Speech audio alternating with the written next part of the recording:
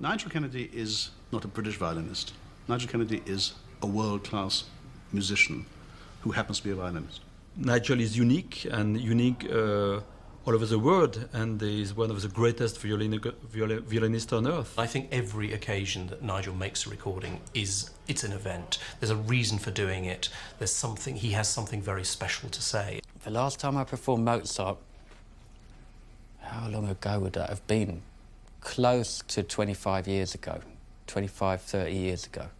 And I've not played any Mozart, like, from that time until now, when I went on that tour with PCO and then recorded the work afterwards. This is absolutely the right thing, the right direction. It's really great that you should be putting down the first Mozart concerto now. I'm aware that people have been trying to pair this composer and myself together, but I never before had a reason to do it. And it's my love of Beethoven and finding a way of playing that which actually related to the way that I could play Mozart, which really led to me making this album of Mozart and Beethoven together.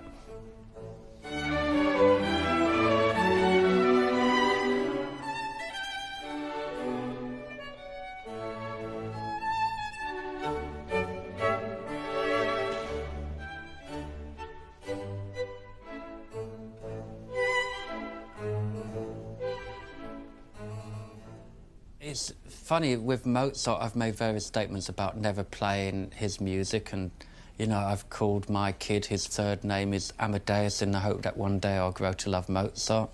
And finally it's happened. I've always felt that Nigel's sound would be fascinating to hear in Mozart. Nigel will tell you this himself, but Mozart is not as simple as it sounds.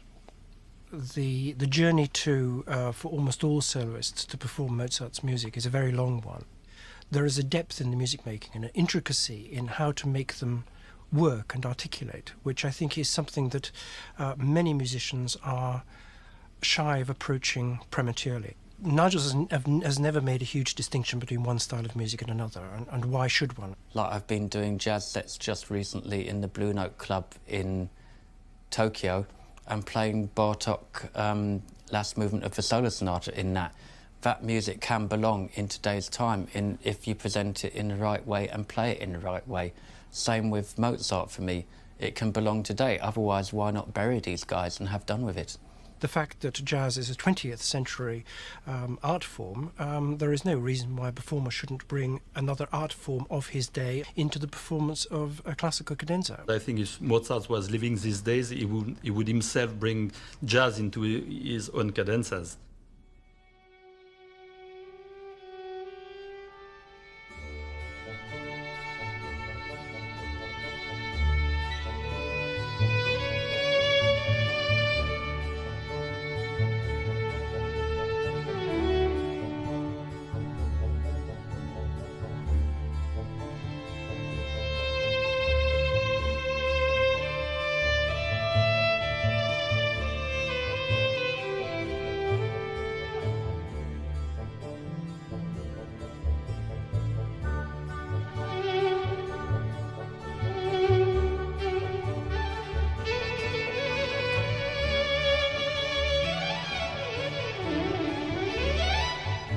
Well, you know, I think like a cadenza is really meant to open the minds of the people who are listening to the music.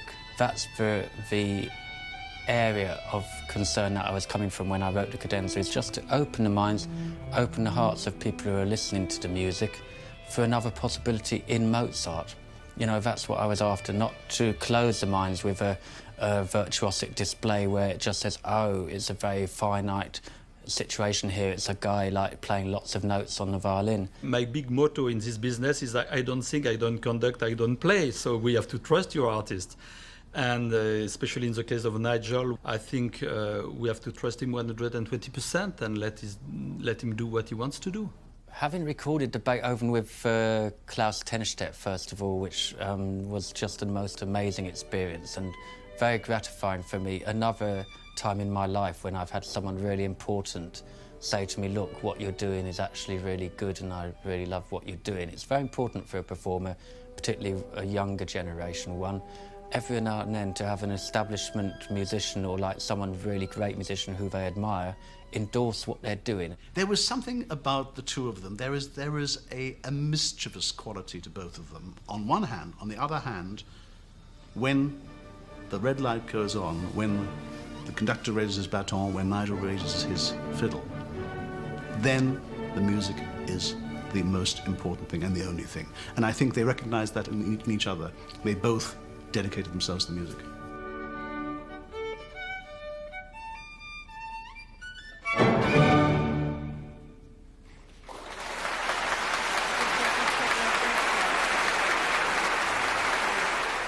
From his face, you could just tell he was living the music, putting his life on the line in every performance, and that's the type of musician that I really respect.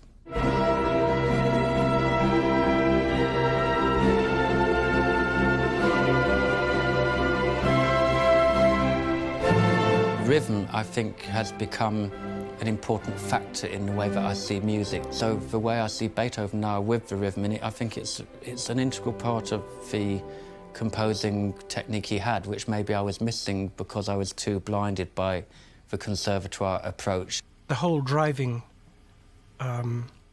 force behind the music making is Nigel's relationship with his colleagues in the Polish Chamber Orchestra. I think there's always an interesting dynamic between a music director who is a performing musician. I think it changes the dynamic enormously because the band knows that this person can play as well as they can, if not considerably better. No, I had no nerves about undertaking a project of this kind with Nigel playing the Beethoven without a conductor.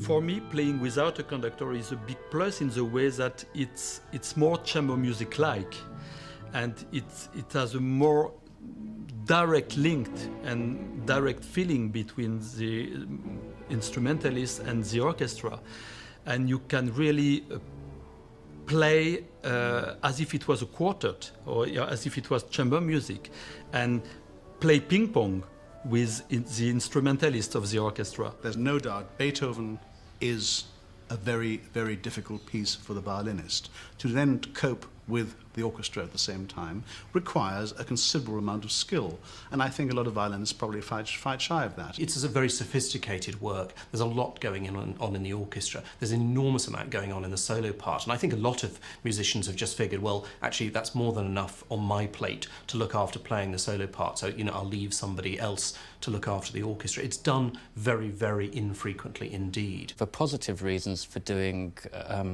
music without a conductor is the communication that the orchestra have with each other as well as me. It's not broken by some guy waving his arms around, literally or metaphorically speaking.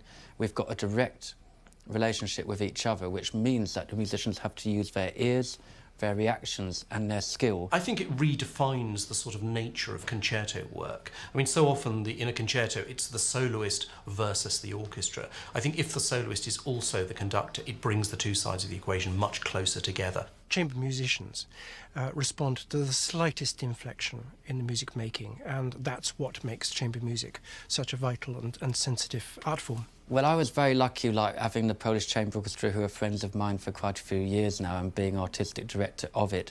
There's an automatic respect between us all, which I think enabled me not to have to really devote too much time away from communicating the music. The guys were just picking up like a big jazz band or like a small quartet.